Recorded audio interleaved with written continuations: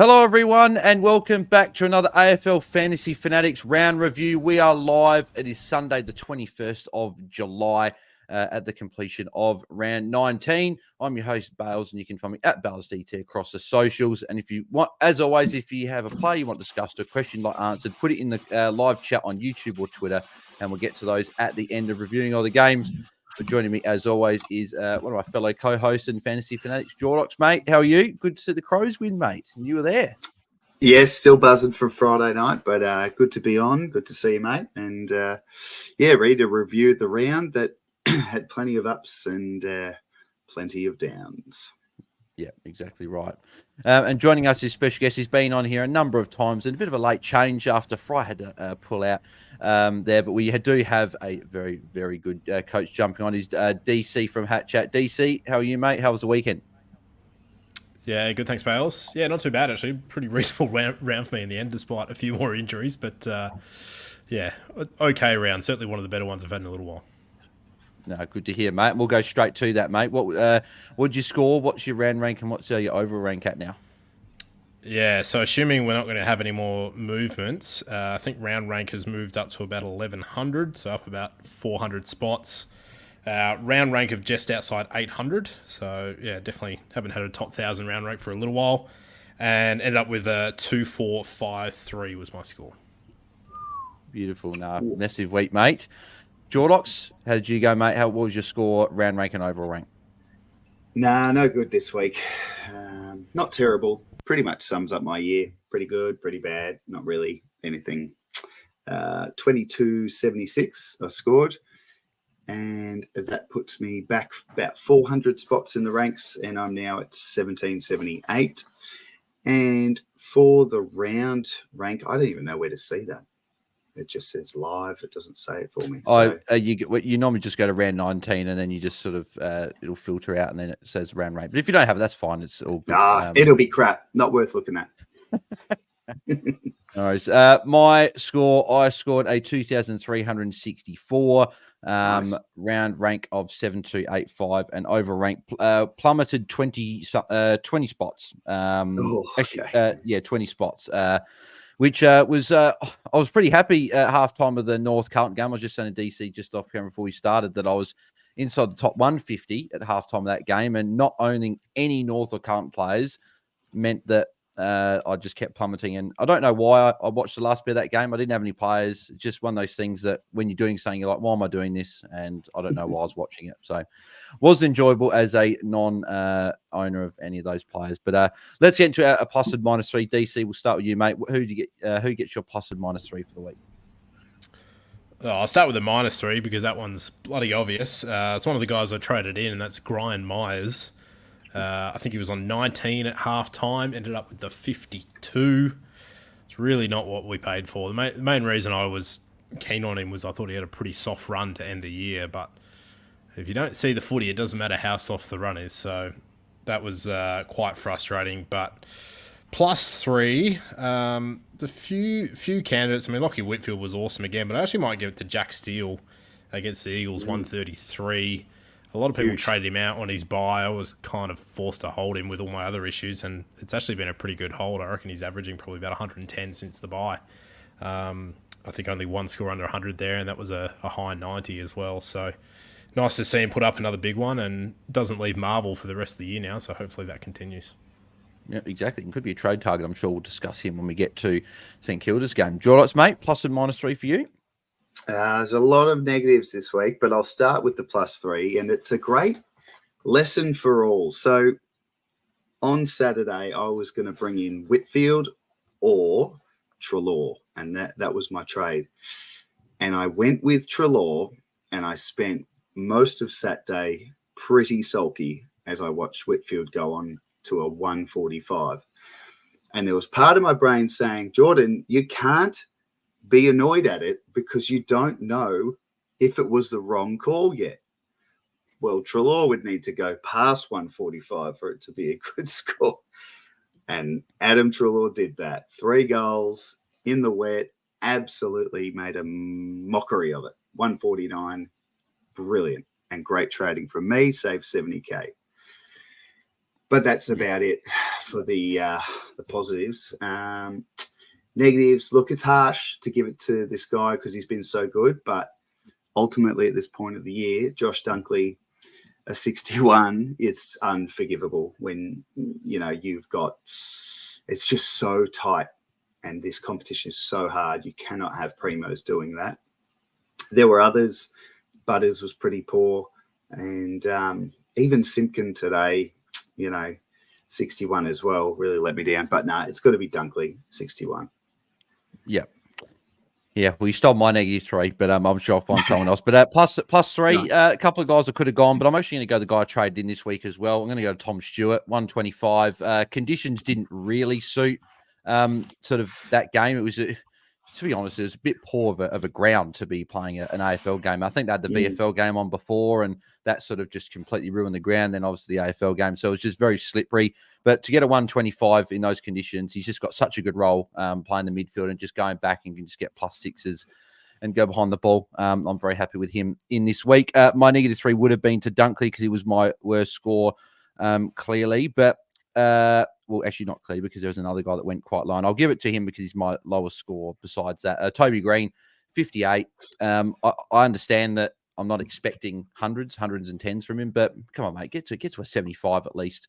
Like he kicked a couple of goals, kicked a couple of nice goals. I think it was his third quarter. It was really good. And I thought, okay, might be able to scrape a 70, but his last quarter and his first half was pretty ordinary. So he gets my -3, but all the forwards are just putting up shockers. Like Simpkin was only 3 points better, so I can't really, it's not too bad, I guess. But there we go.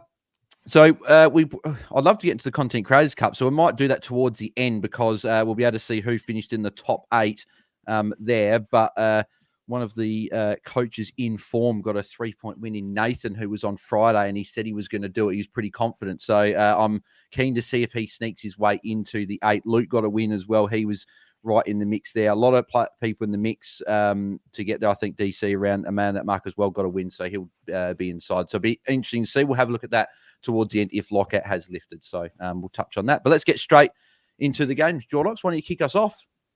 Yes, so Friday night. Oh, what a night. It was quite a game. Essendon took on Adelaide at Marvel Stadium in front of 36,020 people, including yours truly. The Crows got up in an absolute thriller by 2 points. The subs were Archie Perkins. He came on replacing Caldwell in the fourth quarter, and Braden Cook came on very early at quarter time replacing Nick Murray. The injuries, so Caldwell had a head knock, but he's been cleared of concussion, so he should be okay for next week. It was just a sore ribs in the end, I think it was. What about time constraint as well? That's why they end up subbing. Because you've got for the concussion test, you're going to be off for a period anyway. This was the last quarter, so Essendon just thought, let's just sub him anyway so we can get fresh legs on. And for Adelaide, lots of injuries. Murray with a very early injury to his knee. He's been cleared of an ACL, which is great news. Butts hurt his foot. He's probably going to miss the rest of the season with Liz Frank. And Jordan Dawson with a head knock will miss next week. Yeah, forced trade. He was looking good as well. God damn it. Ben Keys top scored as well in this game, 129. Draft coach be very happy with that, and I think 3 votes is pretty obvious for this game. Will go to him. Langford, another helpful player in draft for the 117. Zach Merritt ticked over a good score, and he was getting a tag from Hugh Bomb there, but worked well into the second half and got a 109 there. Nick Mart with a 97 was pretty solid, along with Roy Laird, who copped a corky as well in the second half and sort of struggled. That's why his score really plummeted in the second half. He was on track for a 120, 130 at one point, but because of that, just got the 97 there in the end.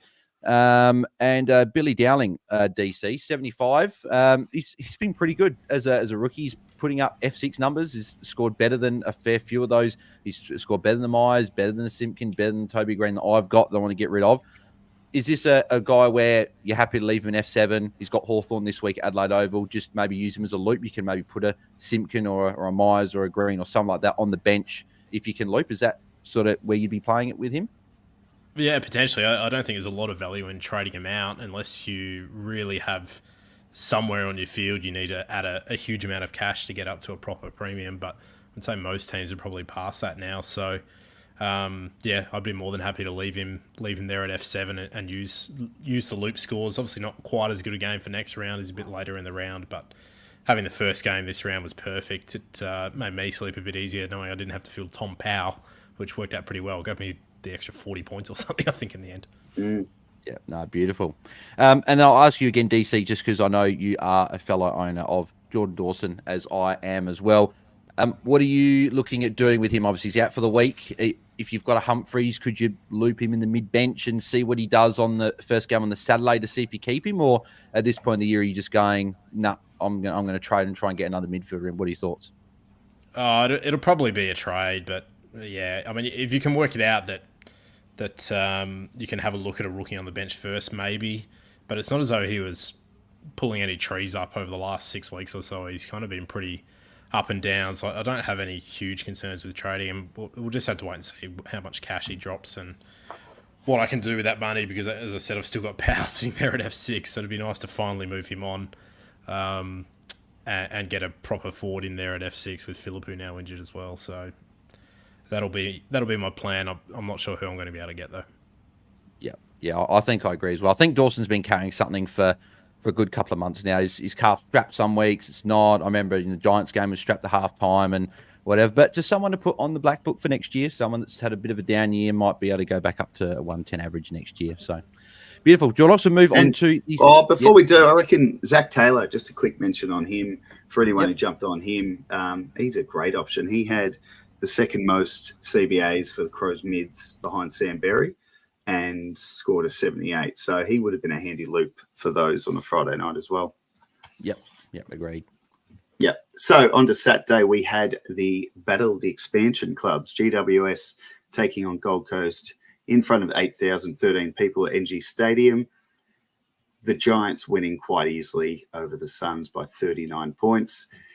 The substitutes for GWS, it was O'Halloran replacing Isaac Cumming in the second quarter, and Will Graham for Gold Coast replaced Joel Jeffrey in the third quarter. The only injuries out of this game was Isaac Cumming with a hamstring, which is a shame because he's just finally got himself back into the squad. Yeah, exactly. Obviously, we mentioned a bit before, but Lockie Whitfield, 145 was massive.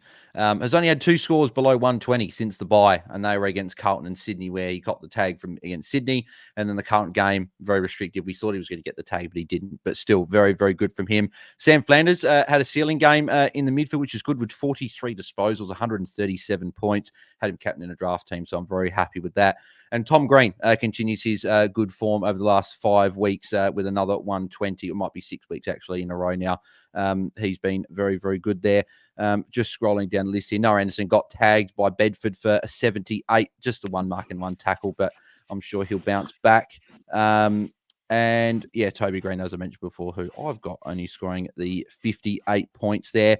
Jordox, Tom Green, do you see him as a top 4 mid on the run home, just based on his form? He seems to be just getting it done compared to some other mids that are sort of very up and down. What are your thoughts on Tom Green on the run home?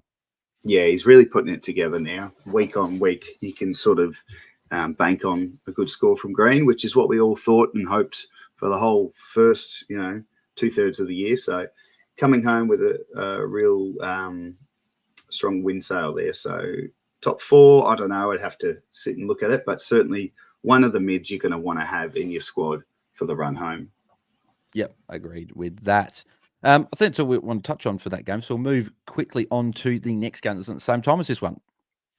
Yep, so Kilda had a big win over West Coast at Marvel in front of 18,251 people.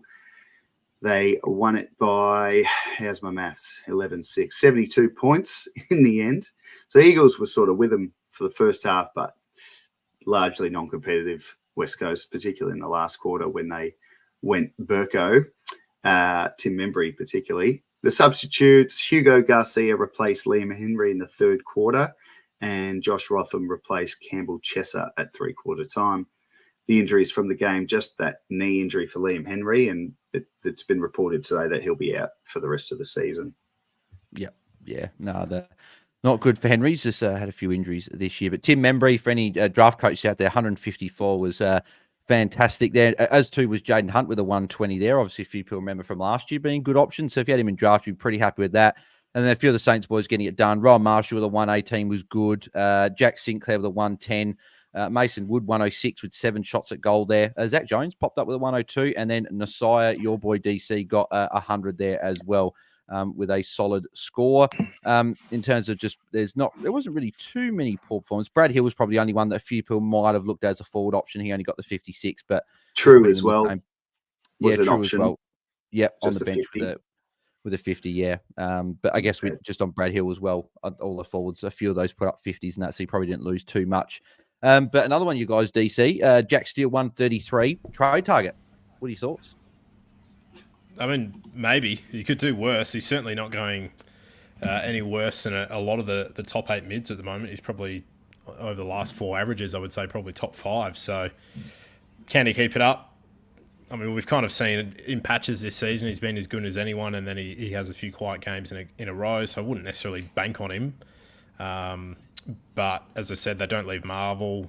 He looks like he's running pretty well at the moment, popping up for a lot of marks. So... yeah, if you're looking for someone in that price bracket, I think you could do worse. Yeah, he'll still be, I think, below 870, so still a decent price. He's got Essendon, Brisbane, Richmond, and Geelong. So particularly that Richmond-Geelong fixtures in rounds 22 and 23 could be quite nice there. So maybe have a look at him. And Jordox, anyone you want to touch on quickly before we move on to the next game? Did you mention Mason Wood? Yes, yeah. He would have been a unique option, and yeah, those that were smart that did that would be very pleased. But doesn't get to play West Coast every week. Brought him in RDT. I brought him in RDT last week, so I was pretty happy with that ton from him. Nice. All right, so later that day we saw Hawthorn give Collingwood an absolute shellacking in front of 74,171 people at the MCG, which was a great crowd if you consider the torrential downpour that we saw. Did dry up in the second half, but it was an amazing effort from Hawthorn to win by 66 points. Finn McGuinness replaced Kausha in the third quarter, which was a real big story in the fantasy world that McGuinness was the sub. And I wonder if anyone would have been trading Dacos, brought him back in potentially on that news. For Collingwood, Lockie Sullivan replaced Nathan Kruger in the second quarter. No injuries for the Hawks, and for Collingwood, Kruger was off with concussion. Yeah, well, the thing to note with Dacos as well is he was actually Collingwood's second top scorer behind Darcy Cameron. So he still did pretty well, even though he sort of struggled to really get into the game for most of it. And the conditions, again, didn't really suit Dacos, but he still did his thing, and he's got Richmond this week. So if you did trade, you want him back in, I think, this week. But Jack Ginnivan had 122 with 31 touches. That sort of came out of nowhere. But if you, again, another draft one, along with Connor Nash with a 112, Darcy Cameron with a 112. So if he was a bit of a pod ruck, a few coaches I've seen have got, you'd be pretty happy with that score. Massimo D'Ambrosio, 111. Where were these scores earlier in the season for us? And then James Sissy's got a 104 with a busted shoulder with 30 touches. That was pretty impressive. You could clearly see was favouring one arm. So, yeah, I wouldn't be touching him if you're looking at him. Dylan Moore got a 92 as well, got plenty of the ball. Obviously, wet conditions meant his ceiling was a little bit lower there. But Jordox, for any of those coaches that did trade out Dacos, he's got Richmond, but then I think he runs into a couple of tricky matchups after that. If coaches did jump off of him, is he a must-get this week? Or do you think, well, if you can escape with maybe a 110 score this week, then maybe the couple of matchups after, maybe you might sort of maybe try and go for a pod? What are you thinking with that? Yeah, no, I think if you got off him, it wasn't just purely the Finn McGuinness, the looming tag. It was also his form has been a little bit up and down, not exactly the Dacos we've come to know in fantasy world anyway. And I think if you jumped off, I think you had to be prepared to take him on for the rest of the season, which is only, 5 more weeks now. So, look, you could bring him back if you wanted, but I don't know. I could see other options being better scorers from here. So, yeah, it depends. Well, yeah, DC, I want to get your thoughts on this as well, because looking at the matchups here, so yeah, they've got obviously Richmond next week, which is obviously a great matchup, but then after that they go into Carlton, which will be a Chincotta tag, Sydney, which will be a Jordan tag, then Brisbane, which would be a likely Berry tag, and then the final round actually coming against Melbourne, which Neil Bullen did a good job against Dacos earlier in the year. So if you do have him, could he be a trade out after the Richmond game? Yeah, potentially, if you want to go a little bit different. I still haven't owned him at all this year, and it hurt me for probably 6 weeks there through the middle of the season. But since the bye, it's actually helped me a fair bit. I think he's averaging now about 90 since the bye. So, yeah, I think he's such an obvious tag target, and at times he can be restricted quite heavily. And also the fact that Collingwood just aren't playing that well. I think when he was going well, Collingwood were going well, but they've been poor probably the last month. So if they're going to keep struggling in some of these games, I'm not backing him to necessarily show a ceiling. Although next week against Richmond, you'd think he'd probably go all right. Yeah, no, agreed. Beautiful. We'll move on to Saturday night, Jordox. Yeah, so another very wet, muddy game over in Geelong with the Cats taking on the Bulldogs at GMHBA Stadium in front of 27,967 people. And the Bulldogs gave them a bit of a toweling up, to be honest. They got it done by 6-11, 47 points, so nearly doubled their score. Big win for the Bulldogs. Had a couple of late changes, which has become pretty standard for Geelong over the years, but these ones made sense. Atkins failed a fitness test late, and Shannon Neal, I imagine that would have been a weather-inspired decision. So they were out, replaced by Parfitt and Ted Closey. And Closey came on at, I don't have it written here, so we'll just leave that. Brandon Parfitt. For Parfitt, yeah. Yep, and McRae came on for the Bulldogs, Jack McRae. Right. He was named as sub, and I don't think anyone was even surprised. It's like, yeah, that makes sense. And he came on, I don't know when. Yeah, late. Riley Sanders in the last quarter as well. Yeah, late. Sanders. It was like final 10 minutes or something like that. So, but Adam Treloar, Jordox, 149.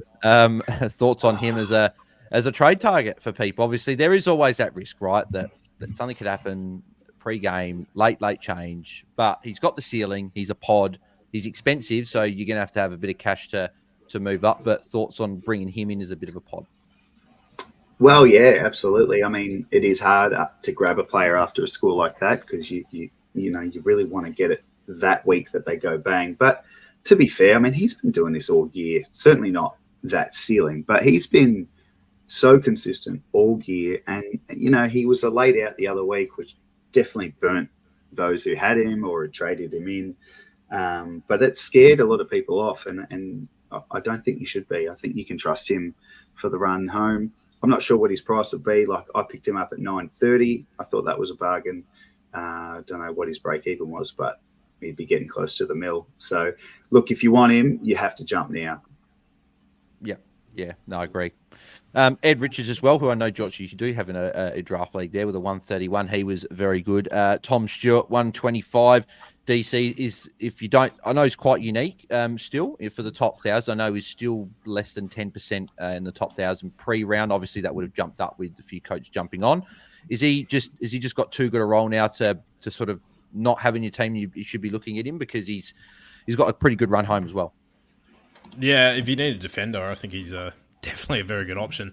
I was actually tossing up between him and Sinclair this week and ended up going Sinclair. I was just like, well, if Stewart moves back to half back, we know he was putting up sort of 80s back there earlier in the season. So I was pretty happy with Sinclair after his 110 in the game before this, and then Stewart came out and blasted it out of the water with a 125. So, yeah, I think he's a good option. You just got to hope, I think, that he stays in the midfield for the rest of the season, which you think they would do, but then again, they lost the game, so who knows? Yeah, exactly. They've got Bruin to come back in. Obviously, Jai Clark was omitted. I reckon we'll see him again. It's a really interesting watch, isn't it? But, geez, how do we keep ignoring this guy? 4 tons in a row, and that is such a plum roll, as you said, Bails. So, yeah, and he's still cheap enough, so... Yeah, who would have thought he'd be such a trade target after the year he had with Thomas? I still remember leaving that Adelaide Hawthorn game when I was in Melbourne, Jordox, and you were saying, "Oh, do I go? I'm thinking Stewart or Salem." Yeah. So, yeah, just unfortunate there. Tim English was also very good in a good matchup with a 116. People probably putting captain, probably hoping for a little bit more, but I guess the conditions didn't really sort of just took away the marks. Getting the ball. Yeah, exactly. But hey, he got for the first time this season, he won a hit-out battle. So there you go. So English should be pretty happy with that. Yeah, I know. Still, you'd think he would have. Yeah, and exactly. Sam DeConing turned up again. I mean, I reckon there would have been some nutbag somewhere a few weeks ago who jumped on him at that price in the back line. He's been pretty good. You're not referring to yourself, are you? No. It just would have been such a wild, bold move, but it's working. So exactly. Mitch Duncan stud like a house on fire. I thought he was going for a massive score, but he slowed down a bit. 96 for those draft coaches. Bont 95. It's sort of been a case of Bont for most of the year. He's going either 90s or 140s or 130s. So that's sort of been a bit of him. So again, the marks just weren't there. Got enough of the ball, kicked a couple behinds. He missed a pretty easy shot as well. So on another day, that would have been a 110. Sean Manor got injured as well. I don't know what that was. He finished the game on the bench. I'm not sure if that's something to sort of look at, but I guess we'll hear more from Geelong, or maybe because I know Geelong are normally a bit funny when it comes to injury reporting. Max Holmes as well, just the 83, probably a bit quiet. A few people probably annoyed that he got the 80 and Stewart got the 100 and 20 plus for those Holmes owners there as well. And then, Brian Myers just with the 52. Obviously poor conditions, but you sort of would have definitely wanted more than that. And then Ollie Dempsey, who a few people may have had on their field still, just scored the 30. He could potentially be a trade out as well. Perfect. We'll move on to the next game, Jordox. Yep. So Port Adelaide of Richmond in front of 27,704 people at Adelaide Oval. Richmond were really good. They really stuck with Port for 3 quarters here, but Port obviously got away from them and ended up winning by 41 points. Such a shame. I know. Wow. I was out and I remember tracking the scores and thinking, geez, if Richmond win this, oh boy, it will be a story. But no, Port got it done. Well done to them. So the subs, Quinton Narkle replaced Ollie Lord at 3/4 time. And for Richmond, Tyler Sonsi replaced the big Nank at 3/4 time, which will have hurt a lot of people. So Port Adelaide's injuries, they're reporting Rosie with a hip. I don't think that was too serious, but it is more corky is what they said, I think. Yeah, okay. It is frustrating with him. That was a 120. Just we all paid, peanuts to get him in, or those that got him in recently, but just every week there's something with him, and I'm getting nervous about him. And then, for Nankervis, it was we found out afterwards it was concussion. So it sounds like he's going to miss next week. I haven't got that confirmed, but it sounds like that would happen. And pretty painful for those who went Gaunt and Nank a week ago. Yeah, exactly. Well, actually, we'll start off with Nank there. DC, I'm not sure. You don't. I'm pretty sure you don't have him there. But with Nank, for those coaches, I think it's a trade. I think you have to in the ruck, unless I guess you had a Jackson and you wanted that. But I think it's a trade. Could you go back to a Gaunt if he's back next week? Who would you be going to in the rucks? Obviously, Cherries. If you don't have Cherries, got Geelong this week. Obviously, English is getting it done, but he's got a couple of tough matchups. Ryan Marshall's there as well. Who would you be looking at bringing in for Nank? Yeah, I probably wouldn't jump straight back onto Gaunt personally. I think Sherry's definitely got the softest matchup. So if you needed to jump to someone who didn't already own him, I'd probably do that. Marshall, I still think, is the best ruck in it. Maybe Gaunt aside when he's fully fit. So I think he's a pretty safe move as well. Yep, agreed. Logan Evans turned up, which was very good, 101. So I wonder if a few coaches might not have been able to loop that because it was quite a late one, and a lot of our red dots were actually playing early in the round or at the same time this week. So, but if you got to the 101, you'd be very, very happy with that. Ollie Wan's also turned up as well for those draft coaches. They've got him, and if anyone in Classic jumped on him as a 1 week play. Rosie still got the ton at least, and that was going to be a 120, just unfortunate there. Blake backed up his 100 last week with a 96 with a decent score. Houston got a 93 and a solid score. Zach Butters only 88, just the 1 mark and 2 tackles and another 2 fines. He's now the most fined player in the history of the comp. I don't know why he doesn't get a week. There's nothing fine about his score. Yeah. I tell you, like when Jack Graham was out on Thursday night teams, I think a lot of people got pretty excited about maybe a lot of people captained. Put C on him. And I actually thought about it really late in the piece because I had English and I was thinking the weather, do I go Butters? But I'm glad I didn't. Yeah, exactly. And just with Butters as well, I'm sort of thinking, I said in a group chat before, I was just like, surely at some point he's got to get suspended. Like, there's so many things he's doing, it's ridiculous. He just must be a pest to play. He'd be good to play with, but not against. That's for sure. And then, obviously we mentioned Nate before as well. And then for anyone that had like a Baker or a Bolton, they put up not great scores there, 73 for Baker and a 50 for Bolton. That's probably why we can't trust them as targets in Classic. Perfect. We'll move on to the Sunday. And as always, if anyone does want a question answer player, want discussed, put them in the live chats below. And we'll get to them when we finish off these final 3 games. Jordox. Yep. So Sunday kicked off with a cracker at the Gabba. Brisbane getting up by 2 points over the league leaders, Sydney, in front of 33,924 people. The subs reveal came on for the debutant Henry Smith in the third quarter, and Corey Warner came on for Dane Rampy in the second quarter. No injuries reported for the Lions. For Sydney, though, a couple, Rampy with a calf and Papley with what looked like a pretty painful-looking ankle injury. And he's a pretty important player for him too. So, yeah, interesting to see how Sydney go following this loss, but I don't think they've lost too many fans in terms of who we think for the flag. Just a cracking game. Yeah, exactly. No, it was a very good game. Zorko, top scoring, 131. We haven't seen that ceiling just for a little bit, but he reminded us in a very tough matchup as well. Got that big score. Hugh McCluggage there pops up for a few of these scores a year with a 119. Errol Goulden was very solid again in a tough matchup with a 113. If anyone had him captain, you'd be decently happy with that score on the Sunday. Matty Roberts as well, also tunned up with a 102. I believe that might be his first career ton, if I'm not mistaken, as well. And then Heaney, bit disappointing on his return, just the 19 touches. I think that did anyone watch it closely? Was Berry going to him for any of the day, or was he just quiet? Anyone know? No, I think he was just head to head with McCluggage. I don't think there was too much of that going on. And kind of interesting, Heaney, his scores was starting to drop just a touch before the suspension anyway. So maybe it wasn't too bad a move to jump off him, but I'd question who you picked up that you'd be happy with in that forward line. Yeah, agreed. And Josh Dunkley, 61, was very poor. And I know a couple of people might have captained him out there as well on 61. I think that's his worst score for the year. DC, is that just put down to a poor game? And if you've got him, you're not trading, but would you maybe, if you didn't have him, would you maybe not target him and wait for him to drop a little bit? Or do you still think it's fine to be targeting him even if he's got a high break even?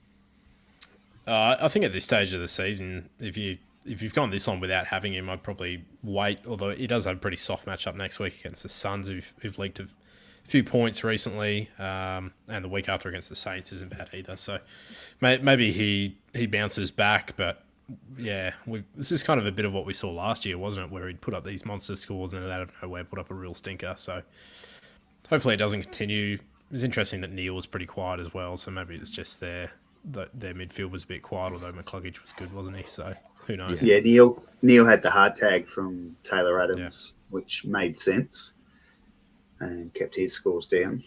It made sense in terms of tag, but in terms of the tagger, it probably didn't make as much sense being Adams. I thought it would have been a James Jordan, but it wasn't to be. So that'll be something to watch if Jordan is still doing the jobs, or if it's Adams now. Who knows? So I reckon they like Jordan doing the on the rebounding guys, not so much the midfield bulls. And I know he's done a bit of both, but I think that's their preference. We'll probably see moving forward. Interesting he didn't go to Zorko then. I thought he might have gone to Zorko if that was the case, but interesting. But that's right. Brisbane end up just getting the job done. Perfect. We'll move on to the next game. Freo, big win again. Yeah, Freo, pretty easy win over Melbourne in front of 42,215 people at Optus Stadium. They won by a cool 50 points. So, look, I don't know much about this game. Didn't see any of it. But for the subs, James Aish came on for Alex Pearce in the third quarter. And Jack Billings actually came on for Tholstrup in the third quarter and put on 75 points in just under a half a footy, which is 41% game time. So impressive. He's done that before, hasn't he, Billings? The injuries, Pearce just came back and he hurt his arm. So I'm not sure how serious it was, but it was enough for them to sub him out. Yeah, that could be trouble. That could be he could be out for a bit, maybe later part of the year. So, but we'll have to see. But top scoring, so it's not a shock to people that when you trade out these premiums. Caleb Sarong, 123, looked great. First, that's his only second score over 107 since round 3. So it's good to finally see him break through for a good score in a good matchup. I thought Neil Bullen was going to go to him, but Neil Bullen was sort of tracking him in the second quarter, but then the tag moved over to Hayden Young in the second half. But Sarong was able to get to work, and he's got West Coast this week. I think he'll go pretty well there. He's got a good history against West Coast. Andrew Brayshaw, 120 with 41 disposals, had 16 touches in the last quarter as well. He got it done there, and he's been good last month. He put up the bad score against Sydney and then against Hawthorn in that really odd matchup. But outside those two, he's been pretty good. So I feel like he's a guy that goes 80 or 120 plus the last month, I reckon. He's been like that all year, unfortunately. Hard to pick it. So, yeah, maybe you jump on as a pod, maybe you don't want that roller coaster. But Tracy was also very good at 112. He looks like a very, very good player for Freo, getting it done. Hayden Young with an 89. We'll touch on him in a sec. Jordan Clark, 86, and Luke Ryan, 85. Both get Ryan a bit more involved in the second half. Clark had a good first half, a bit quieter in the second half outside of his goal there. And then Trent Rivers, 73, was poor, but he went back to half-back, and Salem was in the midfield. Then he got injured and didn't play for a lot of the second half there. Jackson with a 72 as well. He had ice on his knee. It looked a bit more precautionary, but just something, I guess, to watch. And Clayton Oliver, just a 63. So I guess staying cheap for us next year if we decide to pick him as an underpriced premium. But Jordox, Hayden Young, 89. I guess the ceiling hasn't normally been there for him this year, and he's got West Coast, which is a good matchup this week. You're still holding? You still got probably for another week? Or is he a guy that you'd be happy to jump up to someone like another defender that you might want? Maybe Stewart. Yeah, well, like we said kind of last week about him, I mean, there's so many options in the back line at the moment, and his role's okay, but he's not scoring. And look, that 89 may look okay on paper, but he really battled to get there in the end, so he kind of saved his score.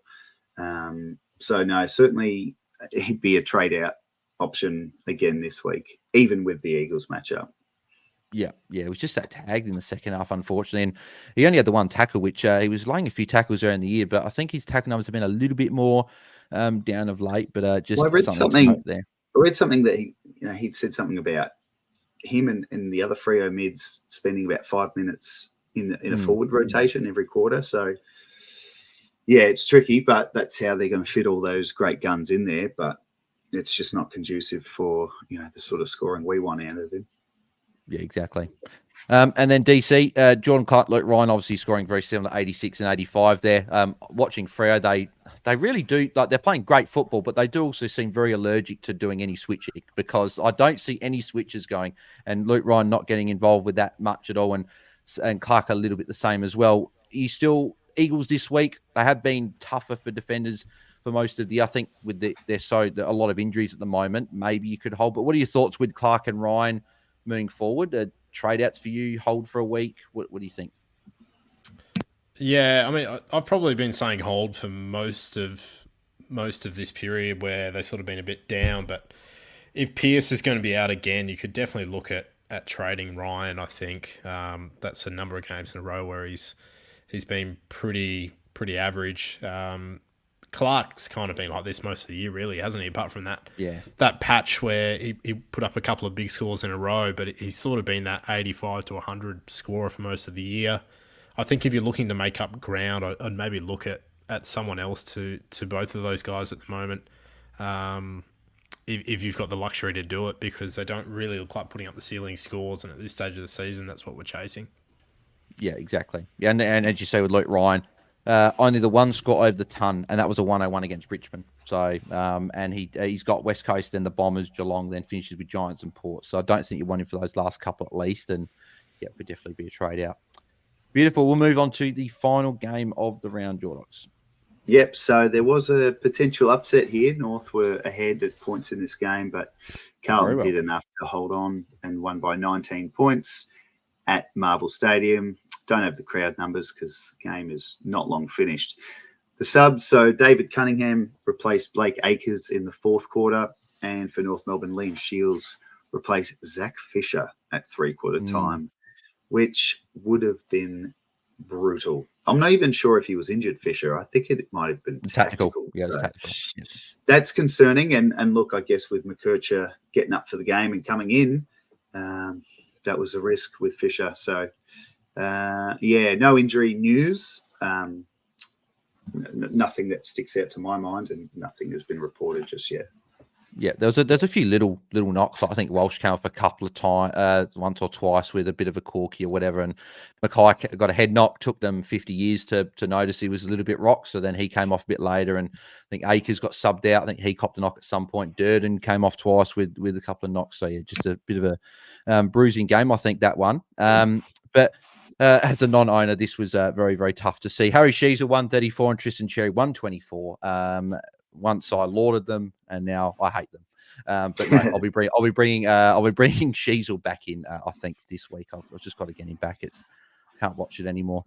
And just with Fisher as well, Nathan, who was on Friday, who obviously part of Hat Chat and North Melbourne fan, did say he reckons that Fisher's not going to be an option for the rest of the year. He said his ceiling's probably capped at 90 with McKercher in the team. So obviously came to pass with this week. And yeah, you're probably not looking at him, at least in the short term, with their games coming up. With his price dropping, Cripps 99, just didn't quite crack the ton there. Walsh got a 90 as well. As I said, came for a couple of times, had a really poor first half.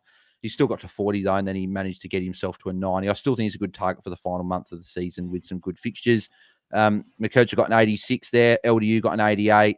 Newman got a 74. That was my decision this week, Newman or Stewart. I'm glad I got the Stewart one in the end, and I was sort of forced into the Stewart one, luckily. Jai Simpkins, 61. Obviously, we mentioned before, a bit poor, along with a lot of those other forwards. Kenny, 56 as well. Played in defence and didn't put up a good score. And Tom Power, 41. So a lot of these forwards not going great there. We obviously touched a bit on Cherry before. He's also got Geelong this week. A very good matchup there. Sam Walsh, DC. I mentioned he's got a good run to end the year. He's got a tough one this week against Port Adelaide. I know you're an owner of Walsh, but for those non-owners, do you think he's still a target for the final month? Maybe not this week, but the week after? Yeah, absolutely. I can't see why you wouldn't. I think you're right. Probably wait a week. It's got Hawks, third last game of the year, then the Eagles, second last game, and finishes with the Saints. So the last two, I think, in particular, are really, really good. Obviously, with prelim finals and grand finals and league matchups, you're chasing the ceiling scores there as well. So he's got Collingwood as well after Collingwood in round 21. So yeah, it's a pretty nice run after this week. So I'd be holding up one more week and then getting him in if you don't have him. Yeah, agreed. And then obviously DC was chatting about Cherry Jordox a bit beforehand. 124, just gets his tackles. As a non-owner, he gives away a few free kicks that don't get called, and it's so annoying. But then as an owner, you'd be cheering. So he's one of those players you love owning, but you hate not owning. I think that's just all North players. Maybe I'm just really annoyed because I don't have any North players in my team. But Cherry, is he probably the ruck option to go to this week if you're looking for a ruck from Nank with that Geelong matchup? Yeah, absolutely. I mean, I like Gawn as a potential unique if he's back. You know, not as many people would have him as a few weeks ago, clearly. And I love Marshall and I love English, but I think it's time to just say Cherry might just be the man. I mean, this is just unbelievable. He just keeps on doing it. 10 tackles from a ruckman. You know, the next best on the ground was 7. He's a bit of a freak. I reckon I want to get him just to enjoy watching him. Like you said, every week he just does it. So I can't wait for the conversation in pre-season next year. Who's R1 and R2? I mean, it is such an open field. But if you've got the Nank headache, get the X-Man, I reckon. Yeah, great. And I just read something. Did Colby McKercher get a tag from Chincotta? Do you know if that's correct? I saw the second half. I don't know if you watch much of the game, but I sort of saw it was he was on him at times, but didn't really look like a tag. Not a hard tag. Yeah, just interesting. Did you watch that game, DC? Didn't see any of this one. Okay, well, if anyone didn't put it in the chat, then let us know because it'd be interesting to see if that was. I saw him a couple of times in the second half standing near him, but I'm not sure if it was a tag. But yeah, just something to know. I should have actually. Okay, this will be the last thing I'll say, then we'll get to questions. I should have given my negatives ready to Carlton because Sheezel was dominating that game. Any right person, people that didn't watch football would have gone, that number 3 for North Melbourne's the best player on the ground. Put a tag on him. Like, come on. But hopefully, I don't. What's the bet? I'll bring him in this week and he'll get tagged against Geelong. It's going to happen. But yeah, so, alrighty. Well, let's move into a couple of questions here. Just waiting for Lockout to lift so I can actually go through the Content Creators Cup to see who we made the finals. If not, we'll go through on Tuesday night. So IT's got the first question, DC. Myers or Simpkin to Treloar or Dunkley? Oh, who have they got this week? Treloar's got Sydney and Dunkley's got, you said it before, Gold Coast. Oh, and Simpkin and Myers are playing each other, so it's actually probably a good matchup for both of them, to be honest. I mean, Simpkin's probably got the better role, doesn't he? But Myers is, funnily enough, probably been more consistent, so I'd struggle to work out who to trade out, to be honest. And then, so it's Dunkley or who was the other player? Treloar. Treloar, yeah. Yeah, I mean, I don't really like either of those matchups a huge amount, to be honest. It's probably Dunkley the one thing slightly.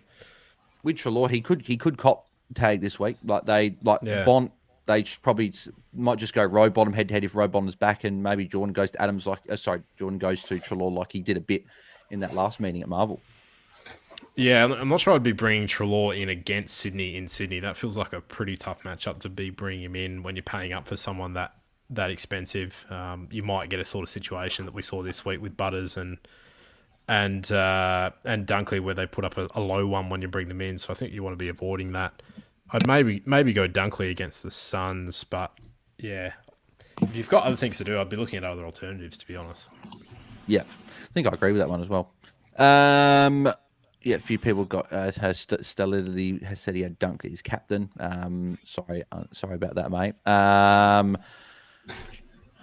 Okay, so we got a lot of people saying, yeah, Butters as captain. Yuck says Jason. Yep, that was not great. A few people. Captains seem to probably were a big reason for rankings this week. A few people, if you went Whitfield or if you went one of the rucks, like a Marshall in English, you went pretty well, but a few people went a few low ones there. Oh, and one man band said he went Sarong to Dunkley this week. So luxury trade season. Don't we love it? That's painful. Hey, we've got a super chat, I think, there, Baz. Yes. Oh, yes. So I was going to read that before. I kept forgetting. So sorry, exceptions. Apologies for that, mate. But thank you very much for the super chat. He did say Cherry has the best run for rucks for the year now. And yes, I did see that as well. So I think he is a very good target if you don't have him. Thank you for the super chat. The exceptions. So Sean's got a good question here. DC said, are we trading Butters now that he's now got 3 possible tags in the next 3 matchups? So he goes into a Chincotta tag, then a Jordan/Adams tag, and then they've got the Bombers Demons who could be a Neil Bullen. So thoughts on a trade out of Butters? Yeah, again, if you've got the luxury to do it and you don't have too many of these other forced trades that are flying around, then yes, I think that's the sort of move you can make at this time of the year. Yeah. And he also had a second part to that question. He said, who goes first, Clark or Young, sorry? Oh, I think they both probably go all right against the Eagles this week coming, to be honest. Maybe move on Young just because of how highly owned he is if you want to go slightly different. Spending a bit more time forward. It's pretty line ball, though, to be honest. Yeah, agreed. So Tim Luawu, I hope I've got that correctly. Apologies, Tim, if I haven't. George's got this question. He said he's got Simpkin and Fisher at F5 and F6. I'll probably hold Simpkin, but not sure where to go with Fisher. So I'm assuming if he's F5 and S6, is it obviously one of those top 4 are probably the ones, but is Dylan Moore probably your next best that you're probably looking at as a forward? Yeah, I like Dylan Moore. I mean, I was tempted by him this week, and then with the weather and that, for him to get to a 90 odd was really impressive. I thought Dylan Moore's probably the main target, but what to do with that spot? I mean, it's the $1 million question right now. I mean, do you have a Dowling at F7? Because potentially he could just be the guy. So you consider all the options, but I'd hold on to Simpkin. I think he'll be better. As you said, you'll probably hold him, but Fisher, just absolutely get him out. Yeah. Like, well, for me, I've got Toby Green at F6, and I'm just happy to run a Toby Green, Billy Dowling loot for the foreseeable future, just because I think I could do better moves. So I think I agree. I think if you can loot. What about Ben Keys? Are we going to get a little bit ahead of ourselves at Keysy? But his 4 weeks since the bye, he's gone 99, 79, 110, 129. Yeah, he realistically could be, and he's very underappreciated in terms of just the footy world. I think outside of Crows fans, I know us Crows fans love him, and anyone says a bad thing about Keysy, I'll let him know, because he could be. He's got the sort of similar role to a Dylan Moore type sort of player with a few guys out. He had a few CBOs on the weekend, and he got the winning sort of clearance and set up the Rochelle goal. So I don't hate it. There's a bit of a different one there. So Charlie Curnow is an interesting one. There was a bit of talk about about McKay having that good run, as a bit of a unique sort of key position type. But I like Curnow. His last 2, he's gone 94, 101. But the beautiful thing about Curnow is, and this is, in the context of Curnow or McKay, when Carlton are up or they want to steady the game down, they're putting Curnow behind the ball. So he's collecting the occasional, intercept plus 6s that are just golden. And he got some super late in the game today, and it may have just pushed me over the line in a crucial keeper matchup. So I'm a big fan of Charlie at the moment. So thank you, Charlie boy. We've got a couple more questions just before we finish. Fast Break Frenzy's going Young out DC, and he had the same thing, Treloar, Dunkley, or Jack Steele. Are you Jack Steele over Treloar and Dunkley? Oh, he's probably not cheaper. Yeah, he's a bit cheaper. If you need the cash, then maybe. He's probably unlikely to get a tag. Yeah, I find these questions so hard, to be honest. Like, this is why we don't like this stage of the year, isn't it? Because my answer is they're all good options, but like any of these midfield premiums, they could all put up a 60 as well. So maybe Treloar's probably been the one least likely to put up that real stinker this year, I think. So if you want a bit of safety there with the ceiling and the uniqueness, maybe he's the way to go. But if you're looking at the run, I don't think he's quite as good as a few of the others. As I said, Sydney this week, I don't love bringing someone in when they're playing the top of the table at home, just on principle. So, I find it really hard. I'd just probably back your gut in, I'd say, and watch between your fingers. Yeah, exactly. Like Young could easily score more again than everyone, and everyone was saying as well. I think we all said last week that there's probably a big 3 midfield in Goulden, Bont, and Dunkley, and 2 of the 3 dropped. 2 of the 3 went under 100, and Dunkley obviously the 60, and then Goulden a couple of weeks ago went back to back sub 100 scores. So just that year, those midfielders just cannot get a read on them, I don't think. James Crabb says, is Trent Rivers a trade, Jordox? A bit of a lower score. Melbourne sort of all over the shop. He's made a bit of cash now. He's over. I think he'll be over 800k now. Are you trading him to a better defender at this point? Yeah, I think you can. I mean, you said something earlier, Bails, about him playing a bit more at half back. Played half back the second half. Yeah, he looked good in the first quarter and a bit playing the midfield, but then they moved him. That's just the risk, isn't it, with a guy like that? Kind of similar to Ed Richards in a way, but he's doing well in the midfield. I don't think he's a must trade or anything like that, but there's going to be plenty of guys you can get to who will be much more secure in their role anyway.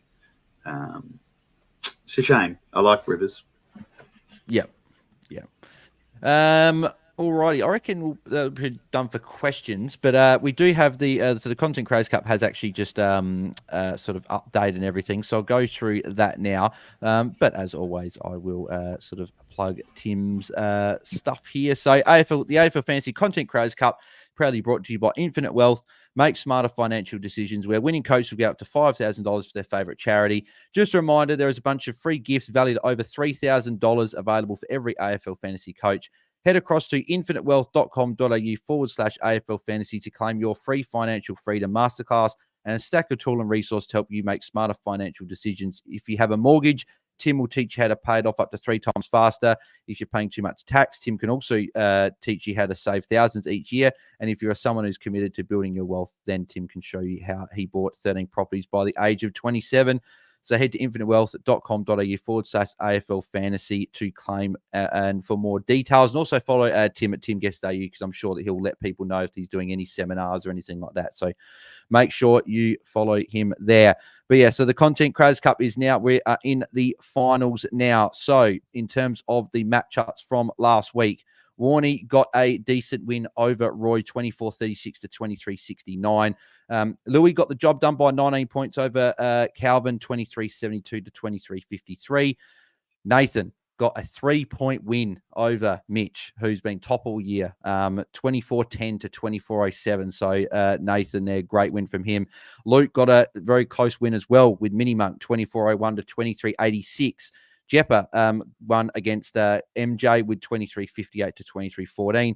DC got a very nice win over Harmy, 24-53 to 22-96. Stato got a good win over Hef, 24-40 to 23-20. I beat Ridge just 23-64 to 23-28. Tim got a win over Holmesy, 24-08 to 23-59. And Sanch, who was the top scoring coach in the league this week with a massive 24-80. Jake, 23-45. So Sanch come storming home with his rank there. In terms of top 8. Top 2,000. So shout out to Sanch. It's a massive climb. Yeah, that's like nearly 10. That's like 10K rank jump since the bye.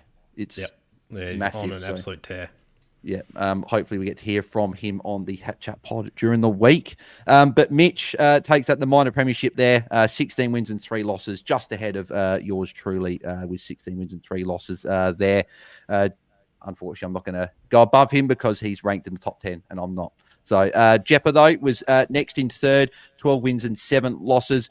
Warney, that draw coming in really handy for him, 11, 1 and 7, finishes inside the top 4.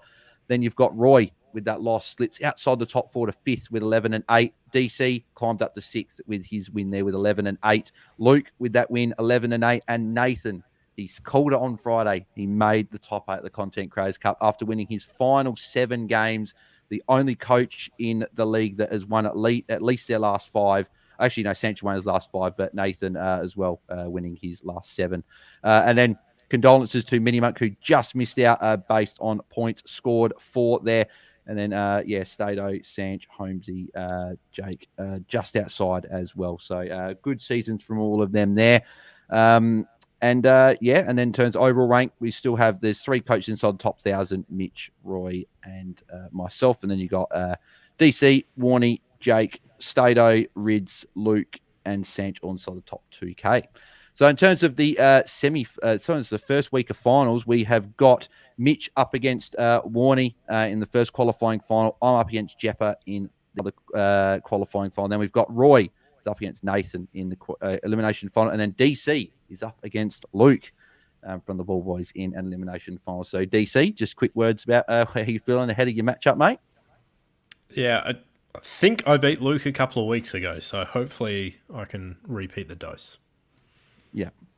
And Jordox, unfortunately, been on the bye, but you will. I'm sure you'll make your way in. You've already gained promotion next year, mate.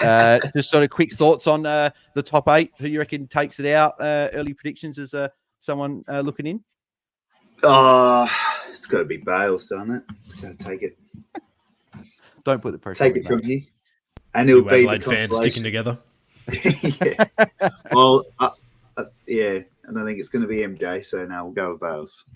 Yeah, I'm obviously Mitch is the one I'm concerned about, but I'm actually really concerned about both Nathan and DC. I think they're the 2 ones outside the top 4 that could make that run. So, and no, I'm not just saying that because DC's on with us tonight.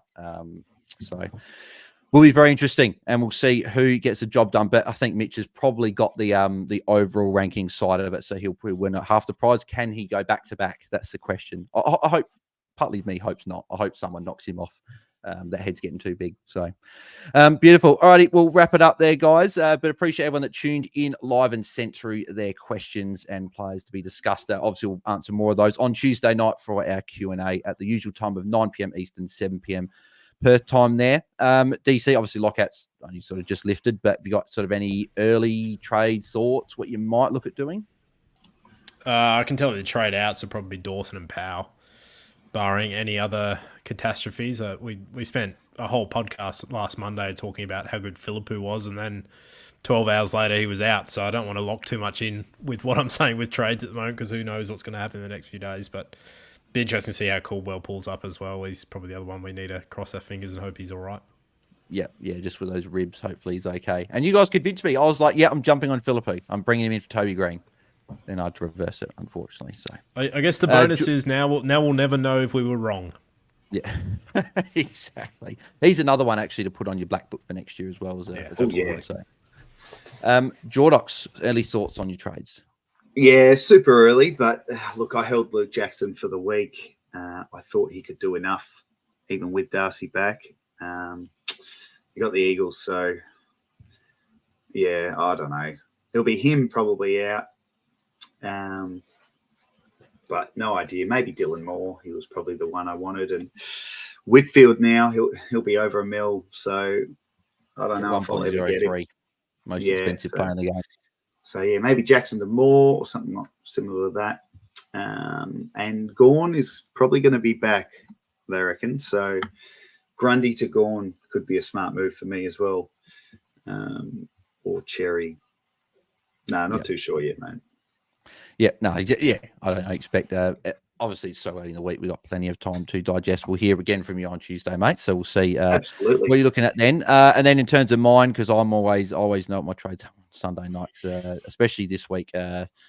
Need to try and get that top 100. I don't know if I'm going to get there, though. I think I'm going to fall short. But yeah, I think Sheasel in for Dawson is probably what I'm looking at, and flicking Dacos in the midfield for a week, and probably just going a Richards down to then go 2 upgrades the next week. But then if there's a chance of maybe a Toby Green to Josh Simpkin, doesn't feel like a great trade, but do I do something like that? Do I go Steele and someone else? I'm not sure. A few options, but yeah, Sheasel's probably the top priority for me this week. So I think I'll go there.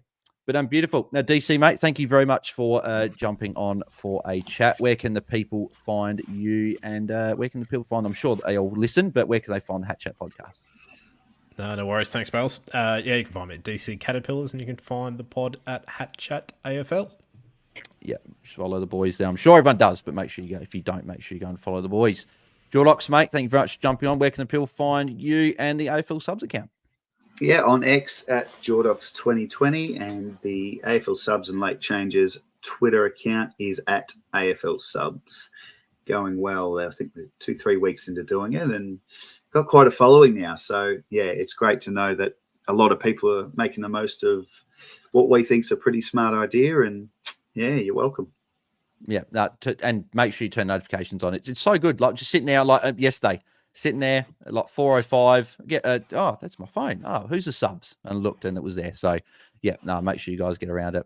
And you can find me at Bails DT across the socials, and you can follow us at AFL Fantasy Fans, and you can also follow Tim at Tim Guest AU. Hopefully he'll be on a Tuesday or Friday night. Obviously he's been a bit sick last week or so hopefully he's feeling better.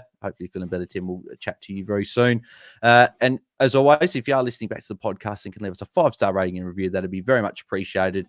And we'll be back, as I said, on Tuesday night for our live Q&A. Have a good week, guys, and we'll chat to you guys in a couple of days. Thanks, everyone. See ya. Yeah. And then everyone, thank you for watching on YouTube. As always, if you can smash a like on the video as well and subscribe to our YouTube channel, that would be fantastic as well. 100 likes would be fantastic. Thanks, everyone.